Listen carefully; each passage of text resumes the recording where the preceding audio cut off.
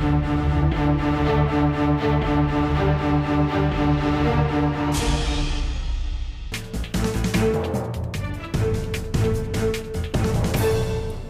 Shri A റഹീം, ഈ IAS IPS ഉദ്യോഗസ്ഥരുടെ ഒരു ബലപരീക്ഷണമാണ് യഥാർത്ഥത്തിൽ ഇപ്പോൾ നടക്കുന്നതെന്നാണ് പ്രതിപക്ഷത്തിൻ്റെ ആരോപണം. ആ നിലയിലേക്ക് പോയിരിക്കുന്നു, ഭരണം വഴിമുട്ടുന്ന ഒരു അവസ്ഥയുണ്ടാകുന്നു എന്നൊക്കെയാണ് ആ ആരോപണത്തിൻ്റെ എക്സ്റ്റൻഷൻ. പക്ഷേ യഥാർത്ഥത്തിൽ ആ ആരോപണത്തിൽ കുറേ കഴമ്പില്ലേ?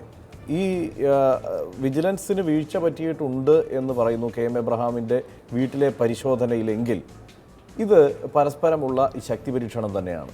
അങ്ങനെ അർത്ഥമില്ല. ഇപ്പോൾ ശ്രീ KM എബ്രഹാം IASൻ്റെ വീട്ടിൽ നടന്ന റെയ്ഡിൽ ചില മാനദണ്ഡങ്ങൾ പാലിച്ചില്ല. മാനദണ്ഡങ്ങൾ അത് സൂക്ഷ്മദൃഷ്ടിയിൽ അങ്ങനെയാണ്. അത് നിയമസഭയെ തെറ്റിദ്ധരിപ്പിക്കാൻ പാടില്ല. തികച്ചും സത്യസന്ധമായ കാര്യം നിയമസഭയിൽ മുഖ്യമന്ത്രി പറഞ്ഞു എന്നുള്ളതാണ്. അത് സംബന്ധിച്ച് വിശദീകരണവും തേടുന്നു. പക്ഷേ ഇതിനെ IAS IPS പോരായി ചുരുക്കേണ്ടതില്ല. അവർ തമ്മിൽ ഈഗോ ക്ലാഷ് ഉണ്ടാകും. ഇപ്പോൾ ഞാൻ ചോദിക്കട്ടെ, ഇപ്പോൾ പ്രതിപക്ഷം അങ്ങനെ പറയേണ്ട കാര്യം എന്താ? പ്രതിപക്ഷം അങ്ങനെ പറയാൻ പാടുണ്ടോ? TO സൂര്യനെതിരെ അന്വേഷണം നടന്നപ്പോൾ ഏതാണ്ട് ഇതിന് സമാനമായ പ്രശ്നമുണ്ടായി. ഇപ്പോൾ ഈ ടോം ജോസ് KMML അഴിമതിയുമായി ബന്ധപ്പെട്ട് അന്ന് വിജിലൻസ് നടപടിയിലേക്ക് ഒരുങ്ങിയപ്പോൾ അന്നത്തെ IAS തലത്തിൽ തന്നെ ചേരിപ്പുണ്ടായി. അന്നത്തെ ചീഫ് സെക്രട്ടറിക്കെതിരെ ഒരു വിഭാഗം IASകാർ രംഗത്ത് വന്നു. IASകാർ തമ്മിലുള്ള പ്രശ്നമാണെന്ന് അന്ന് ഞങ്ങൾ രാഷ്ട്രീയ പ്രേരിതമായി ഞങ്ങൾ ഉന്നയിച്ചില്ലല്ലോ. യഥാർത്ഥത്തിൽ ഇത് ഇന്ന് മുഖ്യമന്ത്രി നിയമസഭയിൽ പറഞ്ഞതാണ്. പ്രതിപക്ഷം ഒരു പിടി പേർ ഇപ്പോൾ ഈ ചർച്ചയിൽ തന്നെ ആരൊക്കെയാണ് ജേക്കബ് തോമസിനെ ഭയപ്പെടുന്നതെന്നും വിജിലൻസിനെ ഭയപ്പെടുന്നതെന്നും മനസ്സിലാകും. ഇത് വിജിലൻസ് നടത്തുന്ന അഴിമതിരഹിതമായ നീക്കങ്ങൾ, അഴിമതിക്കെതിരായ യുദ്ധം ഒരു വശത്ത്, മറുവശത്ത് ആ വിജിലൻസിനെ ഭയപ്പെടുന്നവർ, ഗവൺമെൻറ്റിൻ്റെ ആ നിലപാടിനെ ഭയപ്പെടുന്നവർ, മടിയിൽ കനമുള്ളവർ വഴിയിൽ പേടിച്ചു നിൽക്കുന്നു. ഇതാണ് യഥാർത്ഥ സംഭവം. അല്ല, ശരിയാണ്. സർക്കാരിന് വളരെ കൃത്യമായി ഈ കാര്യത്തിൽ ഒരു ധാരണയുണ്ട്. അഴിമതി വിരുദ്ധമായ ഒരു സർക്കാർ എന്ന ഇമേജ് തന്നെയാണ് ഈ സർക്കാരിന് വേണ്ടതെന്ന് സർക്കാർ ഉറപ്പിച്ച് മുന്നോട്ട് നീങ്ങുന്നു. ആ കാര്യത്തിൽ സംശയമൊന്നുമില്ല. പക്ഷേ അതിനുവേണ്ടി ഇത്ര വ്യാപകമായ റെയ്ഡുകൾ, ഈ പറഞ്ഞ പോലെ തുടക്കത്തിൽ തന്നെ കല്ല് കടിക്കുന്ന തരത്തിൽ എങ്കിൽ ഈ മാനദണ്ഡം പാലിക്കാതെയുള്ള ഇടപെടൽ, ഇതൊക്കെ ഉണ്ടാകുന്നത് എന്താണ്, വിജിലൻസ് ഡയറക്ടറുടെ അറിവോടെ അല്ല എന്ന് ഉറപ്പിച്ച് പറയാൻ കഴിയുമോ മുഖ്യമന്ത്രി? ഇവിടെ ഒന്നും രാഷ്ട്രീയ പ്രേരിതമല്ല, ഞങ്ങൾ സുമോട്ടോ എടുത്ത കേസുകളുമല്ല. ഇതെല്ലാം കോടതിയുടെ ഡയറക്ഷൻസാണ്. കോടതിയുടെ ഡയറക്ഷൻസ് ഞങ്ങൾ പൂഴ്ത്തുന്നില്ല, ഞങ്ങൾ നടത്തുന്നു. എബ്രഹാമിൻ്റെ കാര്യത്തിലായാലും അതുതന്നെയാണ് സംഭവം. ടോം ജോസുമായി ബന്ധപ്പെട്ട് മാതൃഭൂമി ചാനൽ അക്കാര്യത്തിൽ ഒരുപാട് സംഭാവനകൾ നൽകിയൊരു ചാനലാണ്. ഇപ്പോൾ അദ്ദേഹവുമായി ബന്ധപ്പെട്ട് അന്നത്തെ ചീഫ് സെക്രട്ടറി ശ്രീ ഭരത് ഭൂഷൺ കഴിഞ്ഞ ഉമ്മൻചാണ്ടി സർക്കാരിൻ്റെ കാലത്ത് ഇദ്ദേഹത്തിൻ്റെ ഇതേ കേസ് അനധികൃത സ്വത്ത് സമ്പാദനവുമായി ബന്ധപ്പെട്ട് വിജിലൻസ് അന്വേഷണം ആവശ്യമാണ് എന്ന് മുഖ്യമന്ത്രിക്ക് റിപ്പോർട്ട് കൊടുക്കുമ്പോൾ അതിൻ്റെ വകുപ്പ് തല അന്വേഷണമാക്കി അന്ന് മുഖ്യമന്ത്രി സംരക്ഷിച്ചു. അന്ന് ടോം ജോസിൻ്റെ വക്കാലത്തെടുത്ത അതേ UDF ഇന്ന് ആ വക്കാലത്ത് ആവർത്തിക്കുന്ന കാഴ്ചയാണ് ഇന്ന് നിയമസഭയിൽ കണ്ടത്. തീർച്ചയായും ആ വസ്തുതയുണ്ട്. ടോം ജോസിൻ്റെ കാര്യത്തിലേക്ക് വരുമ്പോൾ തീർച്ചയായും നമുക്ക് സംശയിക്കാനുള്ള ഒട്ടേറെ വസ്തുതകളുണ്ട്. പക്ഷേ ഇവിടെ മുഖ്യമന്ത്രിക്ക് തന്നെ സമ്മതിക്കേണ്ടി വരികയാണ് വീഴ്ച പറ്റിയിട്ടുണ്ട് എന്ന്. അപ്പോൾ ഇന്നലത്തെ വീഴ്ച മറയ്ക്കാൻ ഇന്ന് ഒരു ശരിയായ കക്ഷിയെ പിടിക്കുന്നു എന്ന മട്ടിൽ വിജിലൻസ് നീങ്ങി എന്ന് കൂടി ഒരിക്കലുമല്ല. ഇത് രണ്ടും വിവിധ യൂണിറ്റുകൾ നടത്തുന്ന അന്വേഷണമാണ്. ഇതിനെയൊന്നും കൂട്ടിക്കെട്ടേണ്ട കാര്യമില്ല. പക്ഷേ ഈ KM എബ്രഹാമിൻ്റെ വീട്ടിലെ പരിശോധന ജേക്കബ് തോമസ് അറിയാതെയാണ് എന്ന് ഉറപ്പിക്കാൻ കഴിയുമോ? ഒരു SP സ്വന്തം നിലയ്ക്ക് തീരുമാനമെടുത്ത് ഈ അഡീഷണൽ ചീഫ് സെക്രട്ടറിയുടെ വീട്ടിൽ ആ നിലയ്ക്കുള്ള ഒരു പരിശോധനയ്ക്ക്, അതായത് മാനദണ്ഡങ്ങൾ പാലിക്കാതെയുള്ള ഒരു പരിശോധനയ്ക്ക് മുതിരും എന്ന് കരുതാനാവുന്നു? അത് SP യുടെ റിപ്പോർട്ട് വാങ്ങൽ, വിശദീകരണം വാങ്ങലാണല്ലോ പ്രാഥമിക നടപടി. ആ SP പറയട്ടെ, കീഴ്വഴക്കൻ മാനദണ്ഡങ്ങൾ പാലിച്ച് ഞാൻ വകുപ്പ് മേധാവി അറിഞ്ഞിട്ടാണ് പോയതെന്ന് അദ്ദേഹം പറയട്ടെ. അദ്ദേഹം വിശദീകരിച്ചാൽ മതി.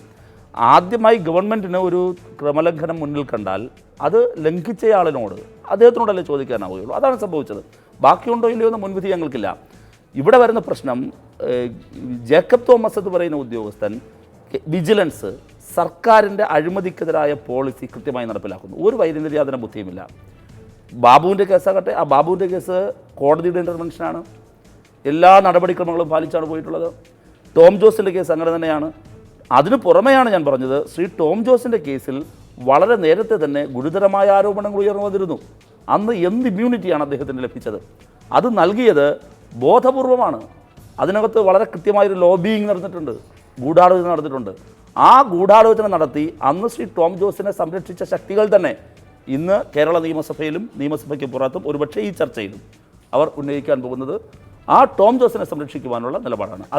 സർക്കാർ സംവിധാനങ്ങൾ തന്നെ ടോം ജോസിനെതിരായ അന്വേഷണത്തെ വെറും 6 മാസം മുമ്പ് അടച്ചുപൂട്ടിയതാണ്. ആ അന്വേഷണമാണ് ഇപ്പോൾ വീണ്ടും ആ ട്രാക്കിലേക്ക് എത്തിയിരിക്കുന്നത് എന്നത് വേണം ടോം ജോസിൻ്റെ കാര്യത്തിൽ പറയാൻ. ആ കാര്യത്തിൽ തീർച്ചയായും നമുക്ക് ഈ ചർച്ചയുടെ തുടർച്ചയിൽ പറയാൻ ഒട്ടേറെ കാര്യങ്ങളുമുണ്ട്. ഞാൻ താങ്കളിലേക്ക് തിരിച്ചു വരാം. ശ്രീ എൻ പി ചേക്കുട്ടി, ഈ IAS ഉദ്യോഗസ്ഥരും IPS ഉദ്യോഗസ്ഥരും തമ്മിലുള്ള ഒരു ബലപരീക്ഷണം എന്ന നിലയ്ക്ക് പ്രതിപക്ഷം ആരോപിക്കുന്നതിനെ എത്രത്തോളം ശരിവയ്ക്കാൻ കഴിയും?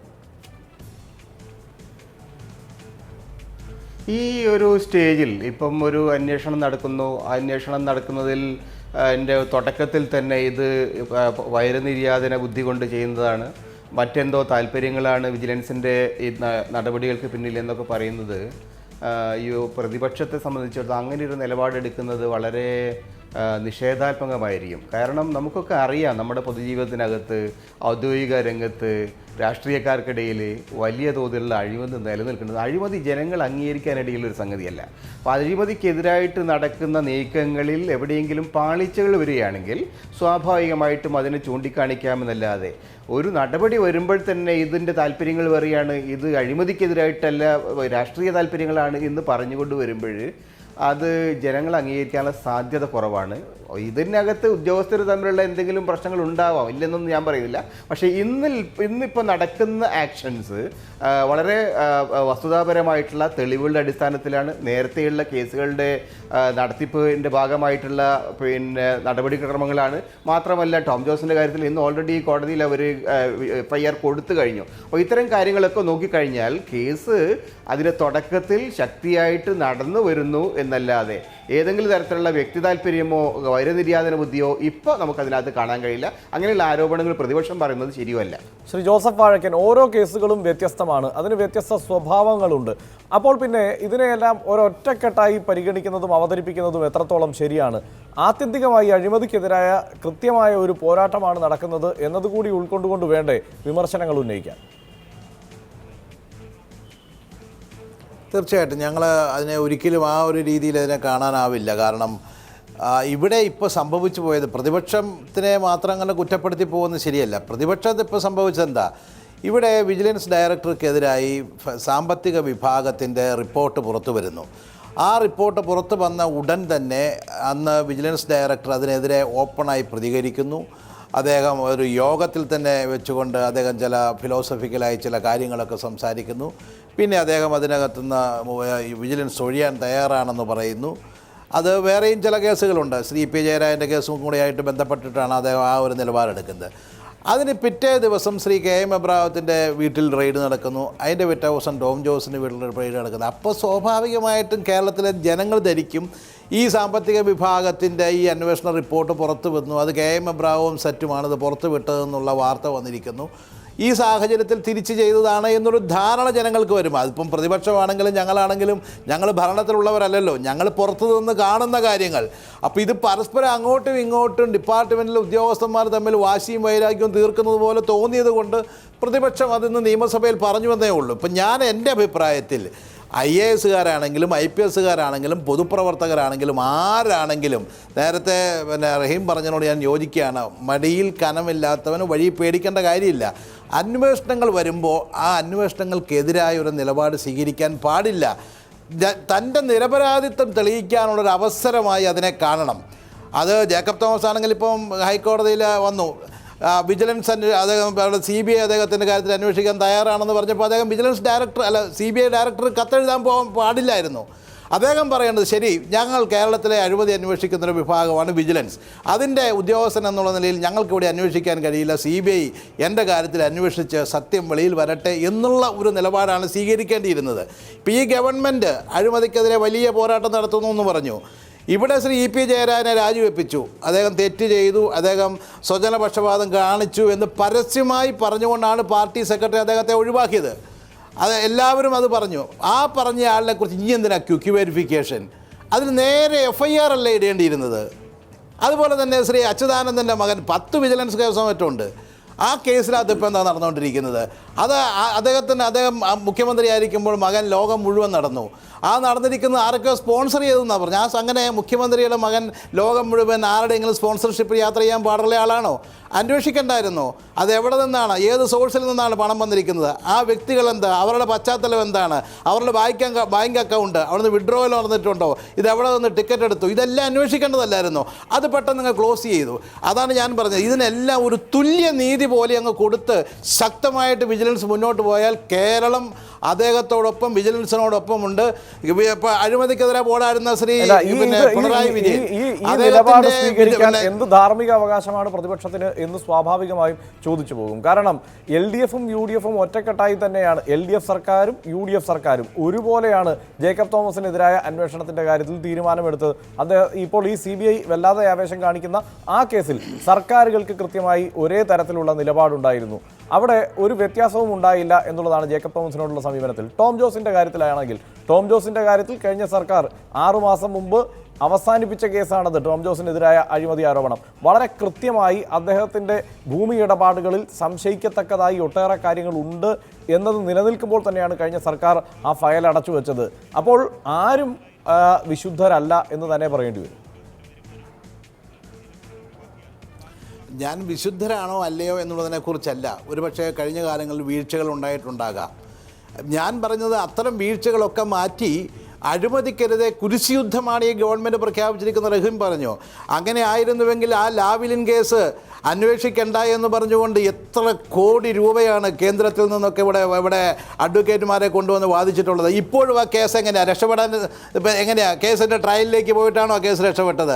ആ ട്രയലിന് ഇപ്പോഴും സമ്മതിക്കുന്നില്ലല്ലോ. എൻ്റെ അഭിപ്രായത്തിൽ ആ കേസ് വരുമ്പോഴും പിണറായി വിജയൻ എൻ്റെ നിരപരാധിത്വം തെളിയിക്കാൻ ആ അന്വേഷണം നടക്കട്ടെ, ട്രയൽ നടക്കട്ടെ, ഞാൻ അതിനെതിരായ ഒരു നിലപാട് എടുക്കില്ല എന്നുള്ള സമീപനം എടുക്കണമെന്നാണ് എൻ്റെ അഭിപ്രായം. തീർച്ചയായും. പക്ഷേ അതല്ലാതെ ഈ അഴിമതി വെളിയിൽ കൊണ്ടുവരാൻ സത്യസന്ധമായി ഉണ്ടായെങ്കിൽ ഞാൻ താങ്കളിലേക്ക് തിരിച്ചു വരാം വളരെ പെട്ടെന്ന്. ശ്രീ CR നീലകണ്ഠനിലേക്ക്. ശ്രീ CR നീലകണ്ഠൻ, ഇപ്പോൾ നടക്കുന്ന പ്രശ്നത്തിൽ ഇപ്പോൾ ജേക്കബ് തോമസിന്റെ വിജിലൻസ് വകുപ്പ് നടത്തിയ ആ ത്വരിത പരിശോധനയിൽ, KM എബ്രഹാമിന്റെ വീട്ടിൽ നടത്തിയ ത്വരിത പരിശോധനയിൽ വീഴ്ചയുണ്ടായിട്ടുണ്ട് എന്ന് മുഖ്യമന്ത്രിക്ക് നിയമസഭയിൽ സമ്മതിക്കേണ്ടി വരികയാണ്. അതേ മുഖ്യമന്ത്രി അതേ ശക്തിയോടെ തന്നെ, അല്ലെങ്കിൽ അതിലെ 10 ഇരട്ടി ശക്തിയോടെ ജേക്കബ് തോമസിനെ പിന്തുണയ്ക്കാൻ ശ്രമിക്കുകയും ചെയ്യുന്നു. അദ്ദേഹത്തെ പുകച്ചു പുറത്തു ചാടിക്കാൻ ശ്രമം നടക്കുന്നു. ഈ സർക്കാരിന് പൂർണ്ണ വിശ്വാസമാണ് ജേക്കബ് തോമസിൽ എന്ന് ബ്ലാങ്ക് ചെക്ക് കൊടുക്കുകയാണ്. ഇത് രണ്ടും കൂടി എങ്ങനെ പൊരുത്തപ്പെട്ടു പോകും?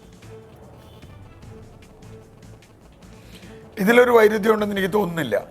ഇവിടെ ജേക്കബ് തോമസ് അല്ല ഇൻവെസ്റ്റിഗേറ്റിംഗ് ഓഫീസർ. നമ്മുടെ CRPC IPC അനുസരിച്ച് investigating officer is the king എന്നാണ്. ഒരു ഇൻവെസ്റ്റിഗേഷൻ ഒരു ഓഫീസറെ ഏൽപ്പിച്ചാൽ അതെങ്ങനെ അന്വേഷിക്കണമെന്ന് അതിനിടയിൽ കോടതി പോലും ഇടപെടാറില്ല. കാരണം അദ്ദേഹത്തിന് അതിൻ്റെ അധികാരമുണ്ട്. ഇപ്പോൾ അദ്ദേഹം പോയി അന്വേഷിച്ചതിൽ ഇപ്പോൾ ഇവിടെ തന്നെ വന്നിട്ടുള്ള പ്രധാന പ്രശ്നം എന്താ? KM എബ്രഹാം ഒരു പരാതി മുഖ്യമന്ത്രിക്ക് കൊടുക്കുന്നു. അതിൽ അദ്ദേഹം പറയുന്നു, ഈ വന്ന ഓഫീസർ പറയുന്നു, മുകളിൽ നിന്ന് പറഞ്ഞിട്ടാണ് ഞാൻ ചെയ്തതെന്ന്. യഥാർത്ഥത്തിൽ ഇൻവെസ്റ്റിഗേറ്റിംഗ് ഓഫീസർക്ക് അങ്ങനെ പറയേണ്ട കാര്യമേ ഇല്ല. അതാണ് ഇവിടെ ചോദ്യം ചെയ്യപ്പെടുന്നത്. അല്ലാതെ അദ്ദേഹം തെറ്റ് ചെയ്തുവോ, അദ്ദേഹം എന്തെങ്കിലും തെറ്റ് ചെയ്തിട്ടുണ്ടെങ്കിൽ അതും പറയാമല്ലോ. ഇൻവെസ്റ്റിഗേറ്റീവ് പ്രൊസീജിയർ അനുസരിച്ച് അല്ല രാജേന്ദ്രൻ പ്രവർത്തിച്ചിട്ടുള്ളതെങ്കിൽ തീർച്ചയായും അതിലിടപെടാൻ മുഖ്യമന്ത്രി